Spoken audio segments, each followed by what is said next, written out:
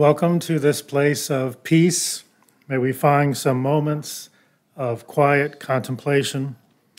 Welcome to this place of celebration. May our hearts soar with gratitude for the gift of life. Welcome to this place of sacred love. May we gently hold all that is broken here. Welcome to this place of inquiry. Here may we be challenged to open our minds and hearts ever wider.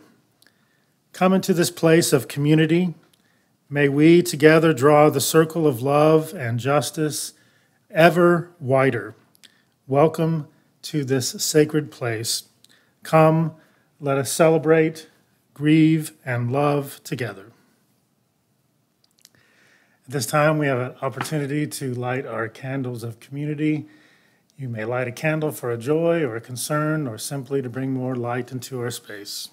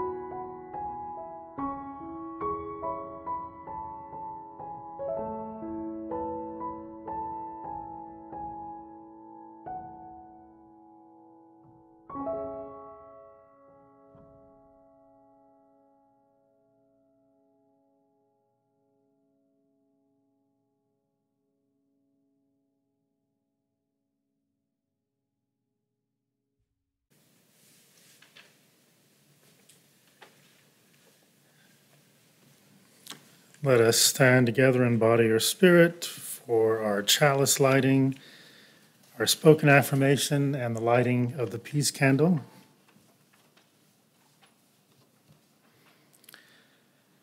We light this flame to ignite the sacred power of justice. We light this flame so that it may be a beacon of hope in moments of uncertainty, fear, anxiety, and the unknown.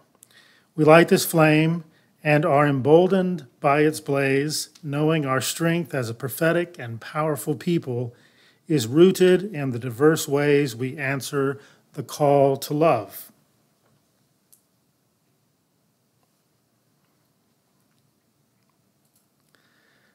Let us join together in the spoken affirmation.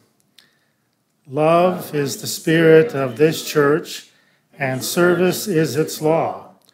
This is our great covenant, to dwell together in peace, to seek the truth in freedom, and to help one another. Hear this universal prayer for peace.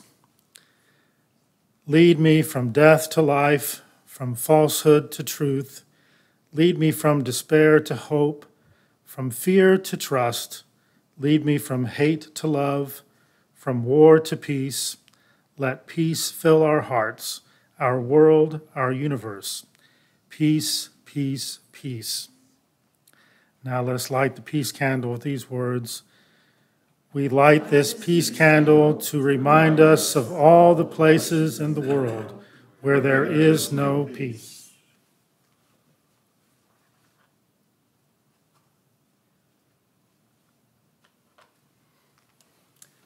Let us be seated.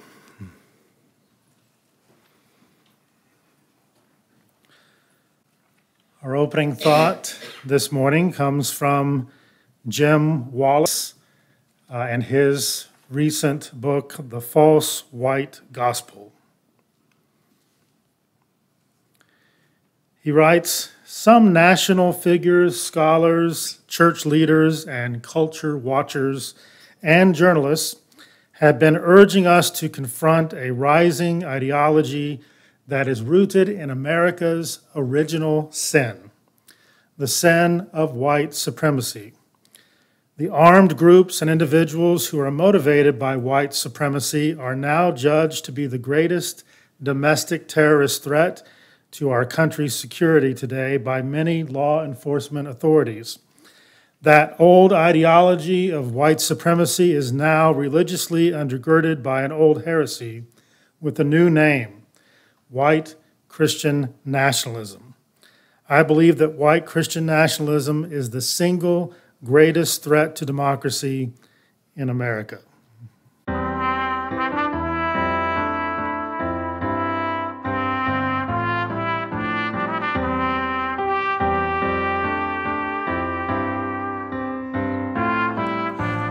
Let this be a house of peace, of nature and humanity, of sorrow and elation.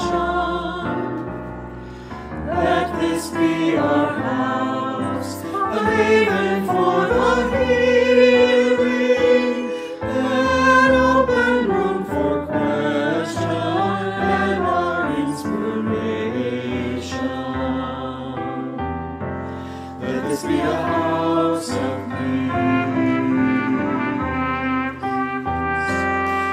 be a house of peace.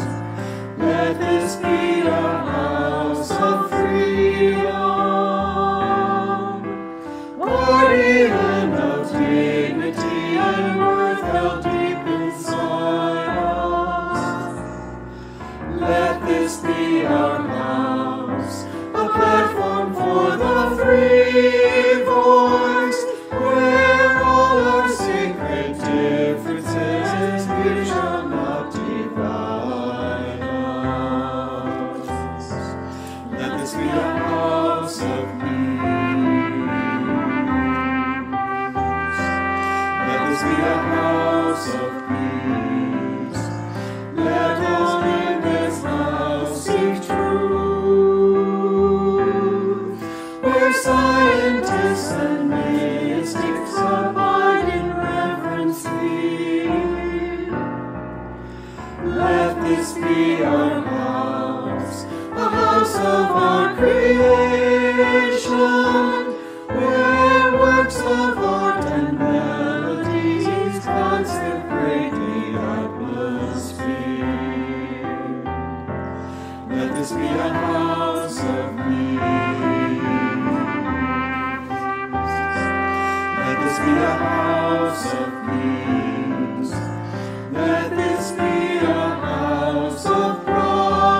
see. May vision for our children be our common theme.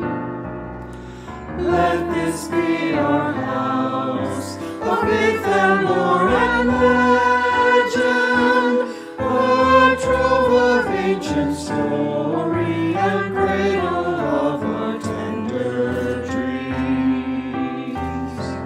Let this be a house of peace. Let this be a house of peace. Let this be a house of peace. Let this be a house of peace.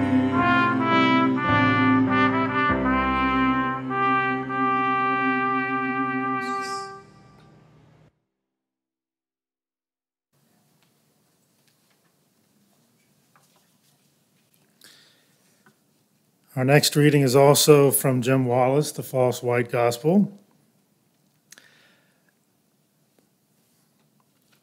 Practically, the moral and spiritual battle for voting rights to save both democracy and the church will require us all. It means registering to vote and helping others to do so. It might mean getting parishioners to sign up to be a poll worker or volunteer. We need many people to get other people out to the polling places on election days. It will take some of us being trained to become poll chaplains or poll watchers to make sure nothing is going wrong, and to use their training to intervene if something does. It will mean talking about voting rights as a faith issue among your friends and family, in your congregations, and getting your pastor to preach about it from the pulpit. Let us join together now for our time of practices and meditation. We'll be using a pastoral prayer of longing from Karen G. Johnston. May the invitation of prayer and meditation embrace this place and each precious person, moving each and all to connect with a sense of affirmation, sound, movement, or silence, in whatever way your body knows to be true.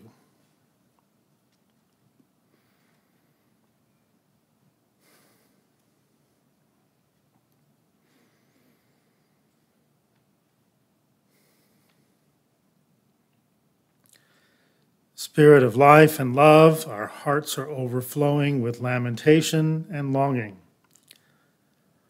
Longing for a world with more hope and less despair, longing for more happy hearts and fewer hungry mouths, longing for a life of more connection and less isolation, longing for a brave love, a growing seed within us, spreading far and wide, longing for a future of less consumption and more compassion.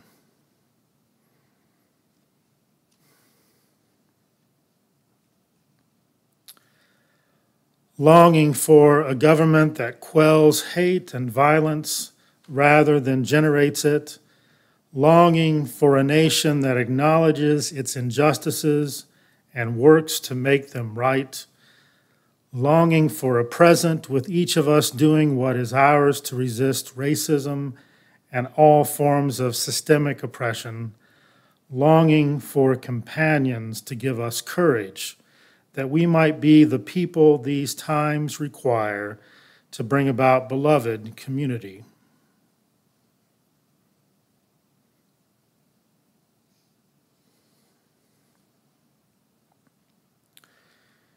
In this circle of care and compassion, we hold all of those who have shared their joys with us, for each shared joy is a form of nourishment for all of us. In this circle of compassion and care, we faithfully witness those who have shared their sorrows with us, for each shared sorrow touches our hearts, and we accept the call to lighten the burden of our friend. In these next few moments of shared stillness, let our hearts pray the prayers only they know.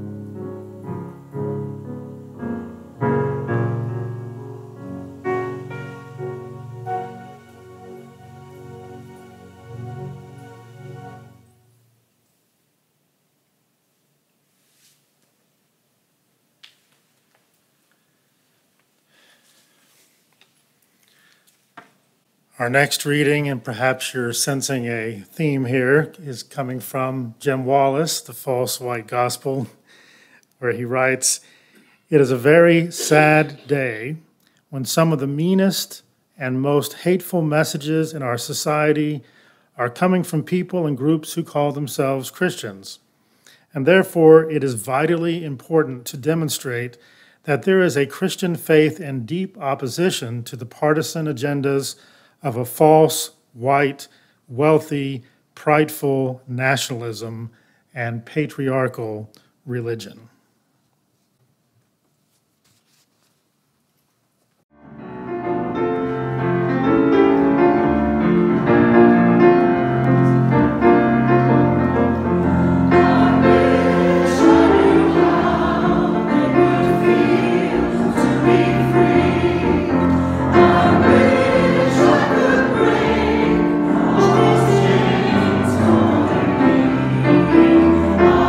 I wish I could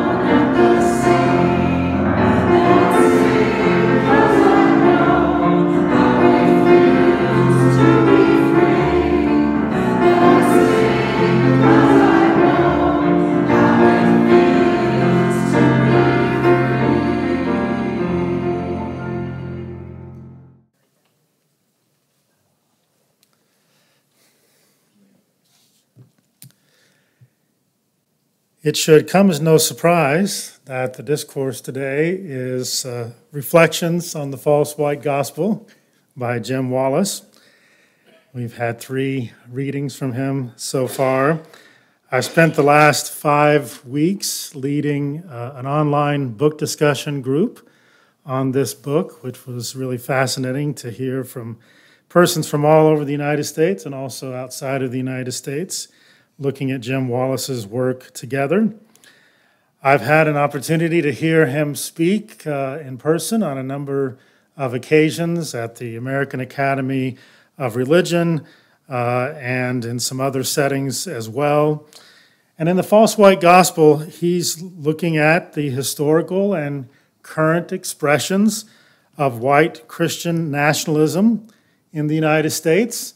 And he's also reflecting on what he thinks must be done to preserve a multicultural and multiracial participatory democracy.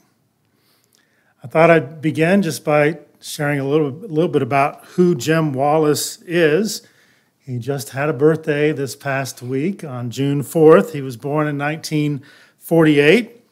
He's certainly a theologian. He's a writer on numerous topics, maybe most well known as a social and political activist, but he's probably most well known for the fact that he's the founder of the magazine called Sojourners Magazine.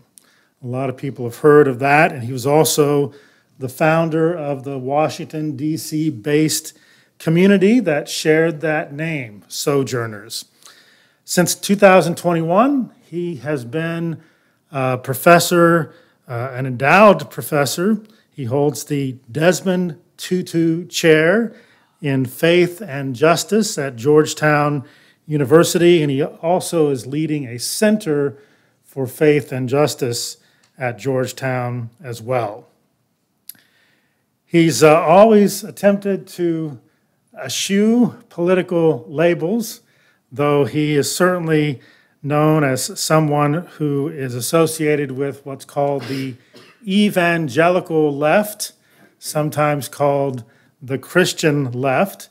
He describes himself as evangelical, realizing that that word has been taken and perhaps usurped by many within our society, but he attempts to bring a new understanding and definition to that word. He's been also the advisor of presidents, including George W. Bush for a very short time until he came out against the war in Iraq, and then he was no longer working with President George W. Bush, and then he also worked as a spiritual advisor with Barack Obama as well. So he's connected to persons who have a significant amount of influence and power within our society. Finally, he's also a leader in what's called the Red Letter Christian movement, which is a movement of progressive Christians who are trying to show that faith and justice are inseparable. Faith and justice are inseparable. In his book, The False White Gospel, Wallis writes about the importance of crossing the color line for him, crossing the color line. He grew up in Detroit, Michigan, and he attended with his family a white evangelical church there. But when he, as a youth, became concerned about the racism that he was witnessing in Detroit, he became very intentional about, as he puts it, crossing the color line, learning about persons who were different than he was, especially persons who were black living in Detroit. And he became very concerned about the blatant and systemic racism that was present in his hometown of Detroit. But he did not find support in addressing those concerns in his white evangelical church community. In fact, he found just the opposite. Here are some responses that Jim Wallis received when, as a young man, he questioned racism in his hometown of Detroit. One response was, quote, "I don't know. That is just the way it is and the way it has always been," end quote. Another response, quote, "If you keep asking those questions, son, you are going to get into trouble," end quote. You notice always the addition of the word son when they're speaking in such a patronizing and from patriarchal perspective. And then finally, son, you have to understand.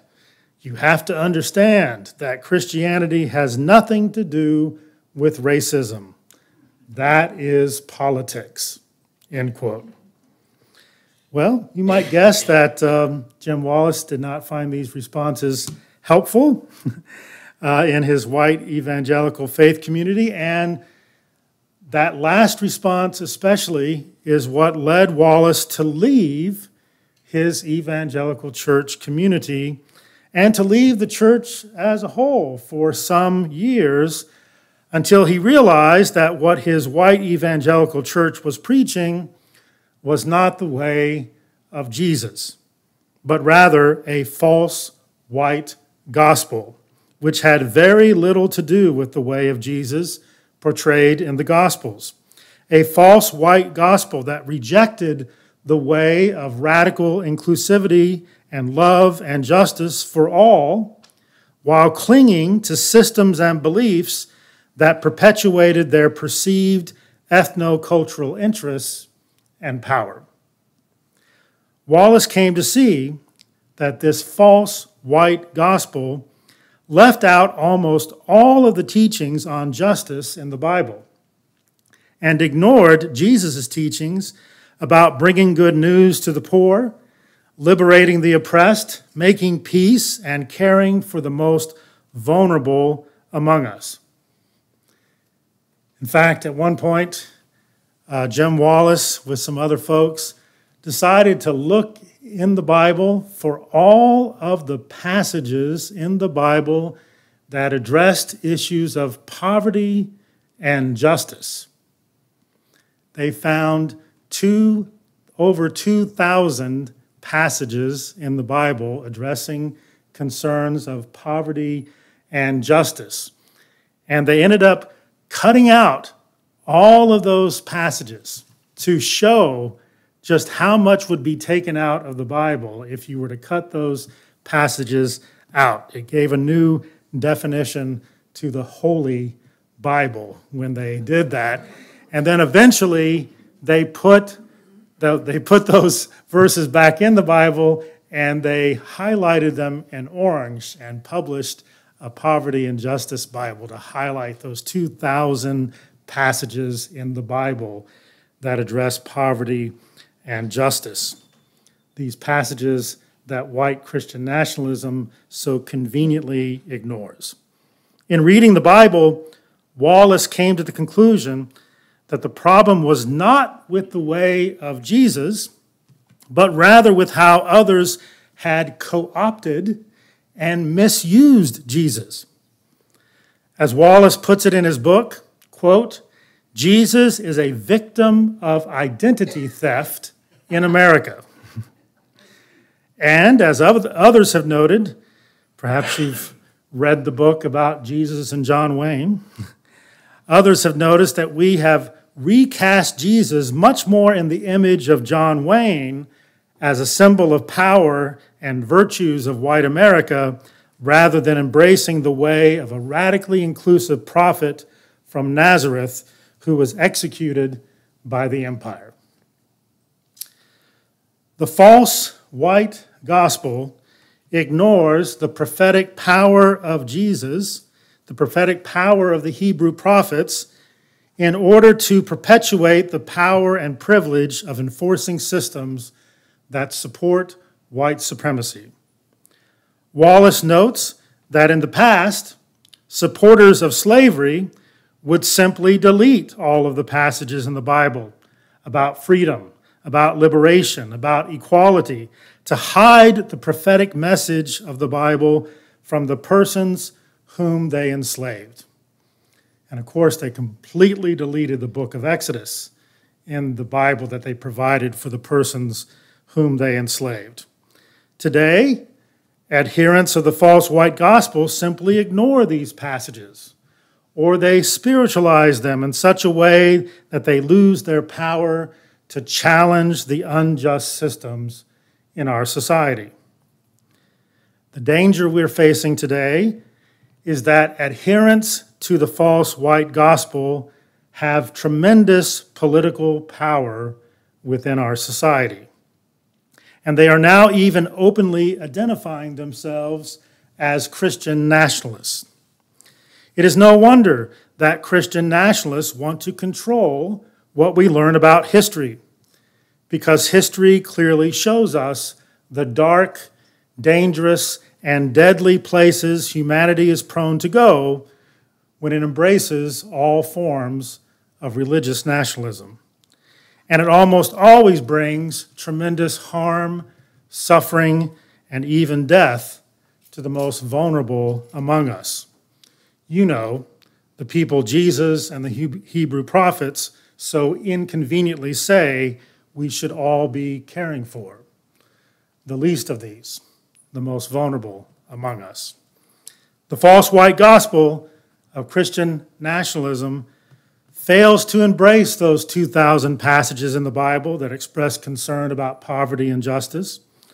It also fails to embrace the Imago Dei vision of the Bible, that all persons are created in the image of God and therefore are of equal sacred worth. It fails to embrace that we are to love all of our neighbors, not just the ones who look like us or believe like we do. It fails to welcome the stranger, to truly care for the imprisoned and the sick, and to address the injustices that perpetuate the plight of the most vulnerable among us. For these reasons and more, it is a false white gospel, the false white gospel of white Christian nationalism.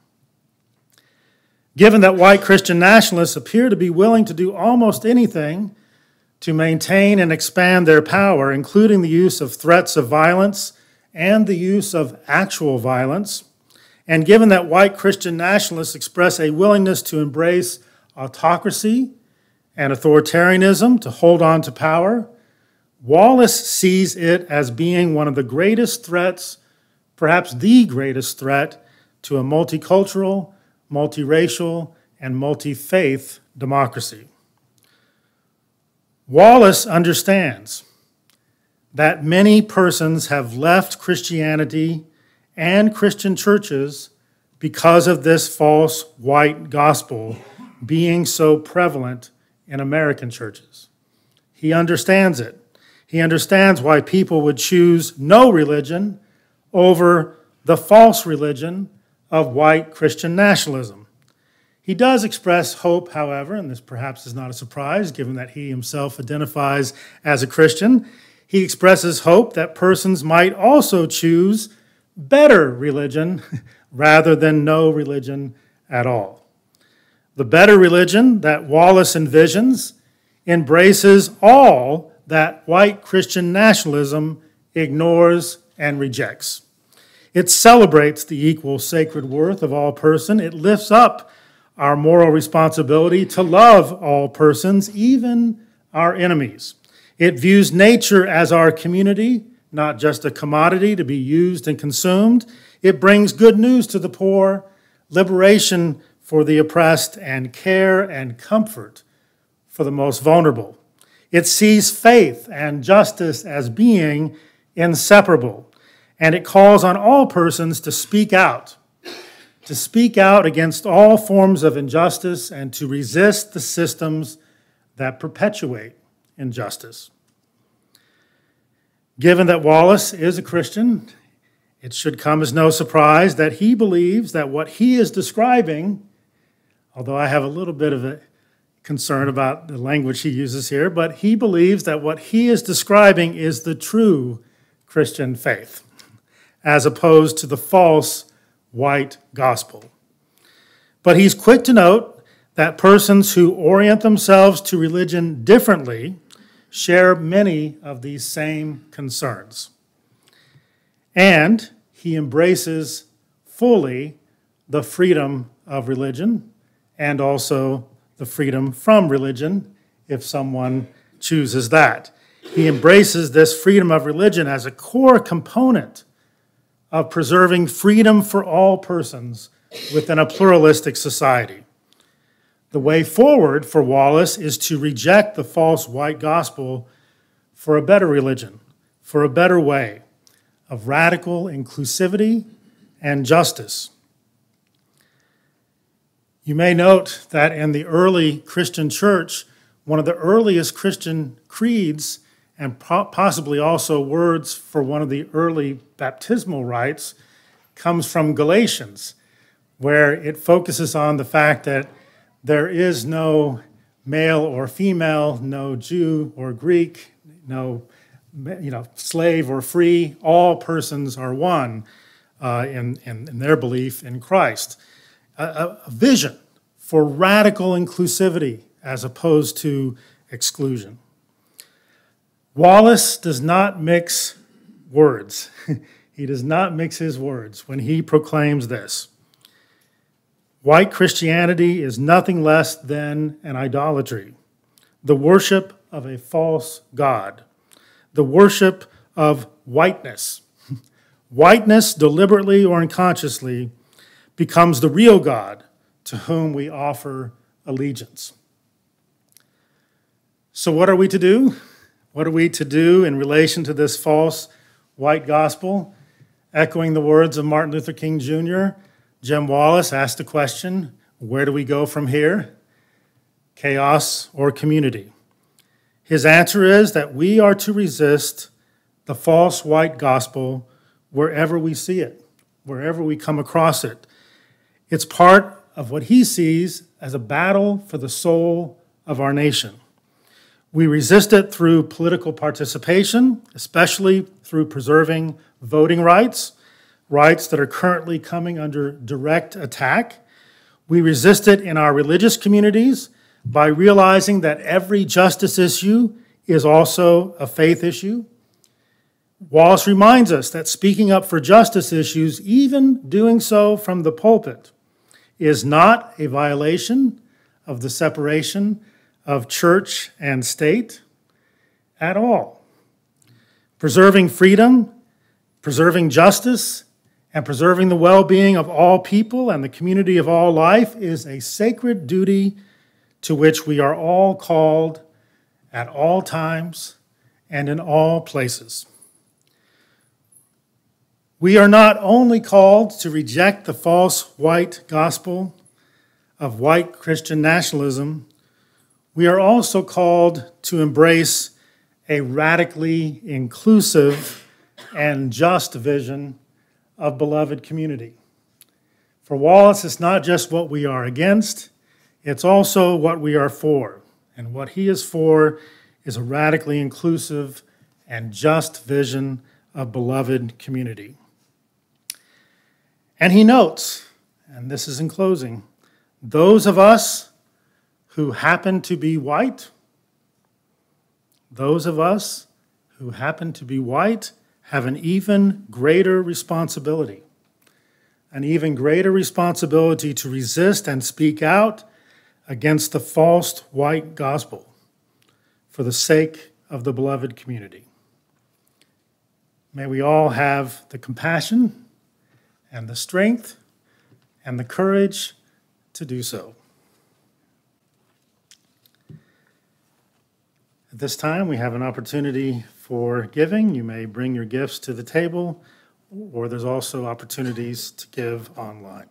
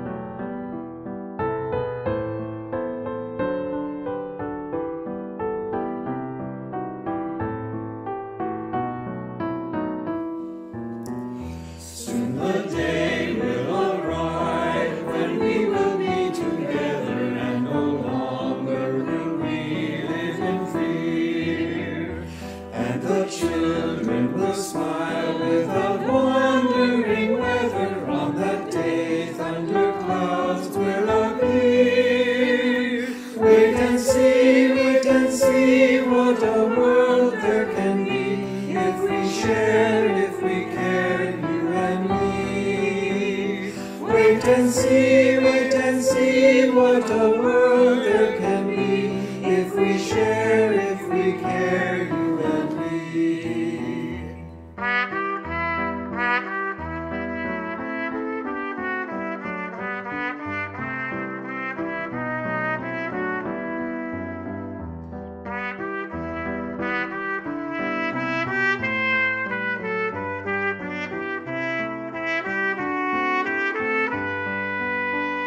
Utirei kanatov hiye bashana haba. Utirei kanatov hiye bashana haba. Some have dreams, some have died to make a bright tomorrow, and their vision remains in our hearts. Now the torch must be passed with new hope, not in sorrow, and a promise to make a new start. Otire, kamatovi, bashana, haba. Otire, kamatovi, bashana, haba.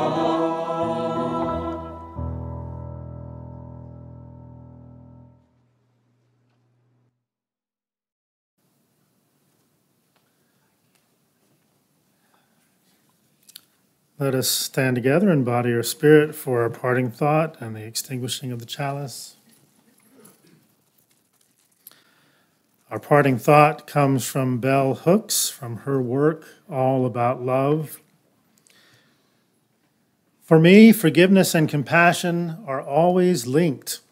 How do we hold people accountable for wrongdoing and yet at the same time remain in touch with their humanity enough to believe in their capacity to be transformed?